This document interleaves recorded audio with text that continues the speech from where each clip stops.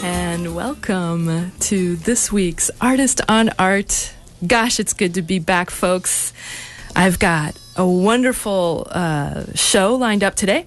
Catherine Segurson. Catherine is a multi-talented artist. She is, in particular, though, the founding editor of the brand new magazine Catamaran Literary Reader. And this is a book of magazine of poetry, Catherine? No, it's certainly got a lot of poetry. It's a literary and fine arts magazine. We feature 10 poets, 5 authors of fiction, and 5 authors of creative nonfiction in every issue, as well as about 10 different visual artists. Wonderful. So this is full of fine art. Yes, it is. Perfect for Artist on Art. And you are based in the Tannery Arts Center? Yes, we are. That's a wonderful place. And if our audience isn't aware of the Tannery Arts, it is a live-work artist space that is full of galleries and, in fact, the Contemporary Institute of Art. Yes. Institute of Contemporary Art is there. Santa Cruz Institute of Contemporary Art, SCICA. Art Gallery. It's a wonderful art gallery curated by Ann Hazels and Kirby Scudder, who will be coming up in a couple weeks here at Artist on Art to talk about his new book coming out, who is also a local journalist. And there are a myriad of amazing visual artists, musicians. There have been some amazing events at the Tannery Arts since the beginning, since it opened. And it's just such a pleasure and such a added resource for the artistic community here in Santa Cruz. And so, Catherine, you live in the art space? No, I don't live there. The Catamaran... the magazine has its main office there, right on the center courtyard. I see. And this is your inaugural issue? No. We've been publishing now for a year. Oh. So we launched our first issue last fall, and we're right now doing a fundraising campaign, and we're trying to raise some money to print the 4th issue of our first volume, which would be 4 quarterly issues. So I see. So this is your first volume. Yeah, which a volume would be like all 4 seasons, all 4 quarterly issues. So wonderful. Every issue's been getting better, and we're really excited about our 4th issue. Wonderful. And there's a lot of artists, like you were saying, about 20 different artists that are represented in this.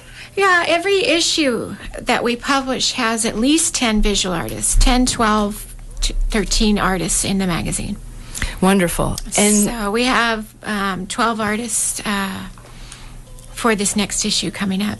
Wonderful. And when is that issue going to be hot off the presses? Well, it's our fall issue, so we're hoping to release it at the end of this month if everything goes well with our fundraising. So sometime soon, this fall, it will be coming out. And where would we be able to go to get the magazine? Oh, when it comes out, which it won't be available in retail locations till later, in October.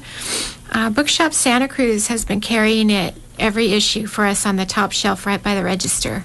So it's really easy to find there. Up here at the UC, they have it in the Bay Tree bookstore. There's a bookstore in Capitola Book Cafe that carries it. It also gets distributed nationwide to bigger booksellers like Barnes & Noble and large bookstores all over. So just depending where you are. Right.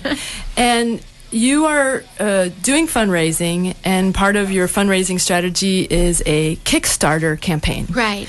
And as a Kickstarter, that is a type of social, what's the word I'm trying to say, crowdsourcing funding platform in which you have a project and you pitch it to the public, and you put in a certain amount of money that you want to get, and if you reach that goal, then you get all the money that has been donated by people that want to support you. Right. And so in Kickstarter, all I need to do is look up Catamaran Literary Reader, and I'll be able to find you that way? Right. The campaign is actually called published the 4th issue of Catamaran Literary Reader, but you can just search by our name. You go to the Kickstarter website, and then you search within Kickstarter for our campaign. And it's really great for a magazine, because one of the other things we do are subscriptions to the magazine. And and we sell individual copies. And the magazine only costs $10, and a subscription is only $30. We're not supposed to say that because this is I'm sorry. That's okay. I'm just going to try to. I was trying to talk about how the crowdsourcing works. It works for small donations, and a magazine, since an individual magazine is very inexpensive, right?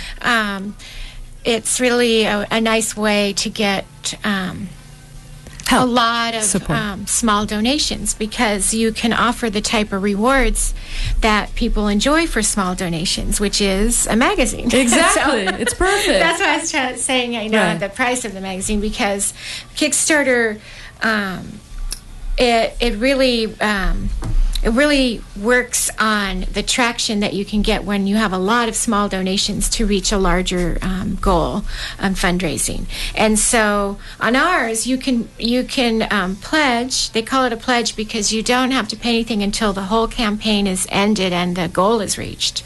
But you can pledge a very small amount, up to, there's all kinds of rewards. So you can get anything from the issue, the newsletter, or one issue, or a subscription, or there's all kinds of fun things for groups. Like you can go on a sail with us and our editors. And on a catamaran? Yeah.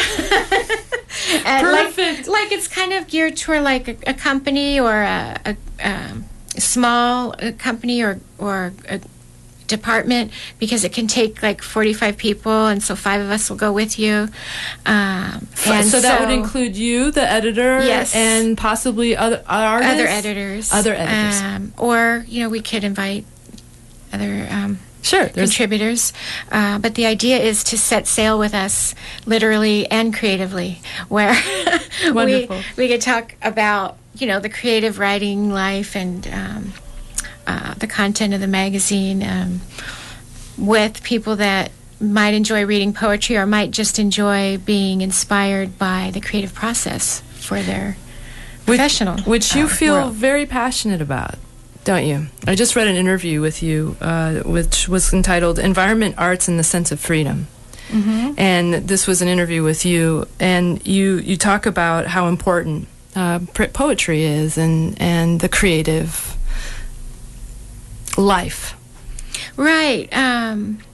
Poetry, it really, poets are they work very hard on their poetry. It may seem like just a stanza or two is just a small amount of writing, but poets actually, it's a process of condensing a lot of information into a line or a few words that really resonate strongly, and it's very, very powerful. And so it has a lot to do with just the creative process of taking what we see in the world and what inspires us, and processing it and concentrating it into evocative words and lines and stanzas.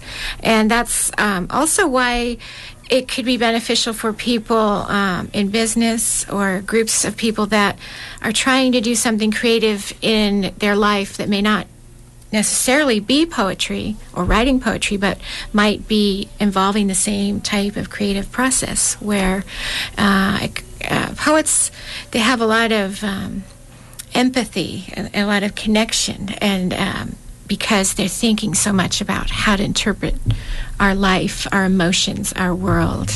And distilling it down to the essential qualities of that world that they're looking at, right, or that emotion that they're exploring. And it's it goes well with the visual art, because it's like you're distilling very, very huge emotions like grief or beauty or just the whole sky at night into some little distilled evocative thing that people can look upon very quickly.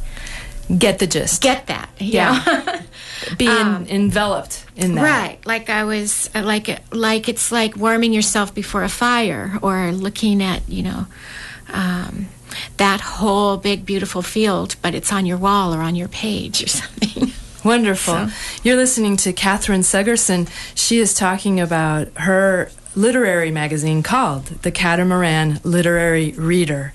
She is involved in a Kickstarter campaign right now to publish the first volume of The Catamaran Literary Reader, which will be the first 4, and that's the 4 that have been published over the last year. It's a quarterly published magazine that features poets, writers of fiction and nonfiction, and visual artists. You yourself encompass kind of all that you'll find in this reader. Am I correct? You do write. I do. I'm humbled by the quality of the people that I publish in my own work. I would not put myself at the same level that I'm looking to bring in the magazine. But I've written poetry all my life, and I've been a visual artist since, I was at UC Davis, where I studied with Wayne Thiebaud, which is why he's on our cover of the first issue. I've been in a number of art communities and collectives, and I've got my MFA in creative writing. So I've written, my novels are still being worked on because art is so long and it takes so long to refine it. And you also have had your paintings in galleries? Yes. Yeah. Yeah. It's wonderful. Catherine Segurson. She is, again, the editor of the Catamaran Literary Reader. And as I said, they're momentarily in a Kickstarter campaign. When does the Kickstarter campaign end? Well, it ends September 19th. So we just launched it, and so now we have 3 weeks to go, pretty much. So there's still a lot of time to get the word out and get people to hear about our magazine and this opportunity to get our rewards this way and help us sustain our project, because I think it's just something that it's an important thing. It's an important thing to have a literary magazine with beautiful fine art that is accessible for a small amount of money to a lot of people. And Catherine, I noticed that there's a lot of local Santa Cruz artists that are represented in... There are. And that's something that was an intention? Well, it's not because they're in Santa Cruz, it's because they're really good artists, but we just happen to be so lucky. It's true. We're so lucky. We have so many wonderful artists here that the bar is really high. There's a lot of beautiful visual art, and it seems to be endless that I can tap into here. And there's a lot of artists that you've never really got a chance to see or hear about. And this is one way to introduce those people to the art-loving public. Santa Cruz is the number 5 city in the nation for number of artists per capita. Really? And that's behind New York and L.A. and San Francisco and I think Santa Fe. Yeah. Wow. So, and people don't really, there's a lot of, it's an artsy place, but you don't really know that there's that many real working artists living among us. So, it's wonderful. And the literary reader also contains international voices, as well as the Santa Cruz voices. So, and it's the same with the fiction and the nonfiction and the poetry. There's always going to be somebody local on our pages. There's poets. So many same. There's so many poets working in our area. I think it's the same reason it draws so many visual artists here. The beauty of our area draws a lot of creative people, and there's fiction authors and writers that we're trying to include in our pages, along with national and then international. We just had a artist from Paris in our last issue who came to us, and we've got writers from all over. We had we have translations in every issue, so we've had Argentinian writer from Brazil last issue. We're really excited this next issue. We have an African writer whose work is translated. It's Angolan translation. Wonderful. So it's, but the voices that we publish are they resonate with things important to our region, like our beautiful environment and the artistic spirit and the kind of freedom of expression and freedom here in the West Coast, and just the innovative spirit too. So those are the themes that you will find themes, yeah, in each issue. Mm-hmm. And do you have a title for the next? The title is the fall issue because the magazine is titled Catamaran Literary Reader. Each issue is a season, so I'm just calling it the fall issue. And you'll find that the content somewhat relates to the season, but not literally, but in spirit. In spirit, definitely. But you'll find the themes of environmentalism and personal freedom and innovation. And right, as expressed through the artistic spirit. Yeah, that's great. And there's always essays about writers or artists and about their process in there. So literally you would explore that from some of our essays. The themes are not, so literal. They're just maybe obliquely related. But you need a container. Exactly. It narrows it down. Too much. Yeah. And Catherine, so you're in the Tannery Arts, but if people would like to learn more, they can go to catamaranliteraryreader.com. Right. And they can also go to Facebook and just search for the page Catamaran Literary Reader. Right. And you'll get there and like us, of course. Right. Yeah, we have lots of info on our Facebook page. We do excerpts from all of the contributors to our issue. And then we have some excerpts on the website too that you can actually get a feel for what it's like to read our magazine. And then one more time, if somebody would like to buy it, they can go to the Bookshop Santa Cruz. They can go to the Capitola Book Cafe. Or you can subscribe or buy a copy online on our website. It's there really you go. Easy. You don't have to go anywhere. But before they do that, they should really do the Kickstarter. They should do it on Kickstarter. Because that's really going to help you. Yes. It'll keep us going. And again, the Kickstarter is to help with publishing the next one, yeah. The first volume or the next magazine? Well, it's both. It's to finish the volume with our next issue. Great. And do you mind people coming by in the Tannery Arts? No, that's why we're there. We want to be part of the social atmosphere of the Tannery, connecting different artists with the public. And so my door is always open.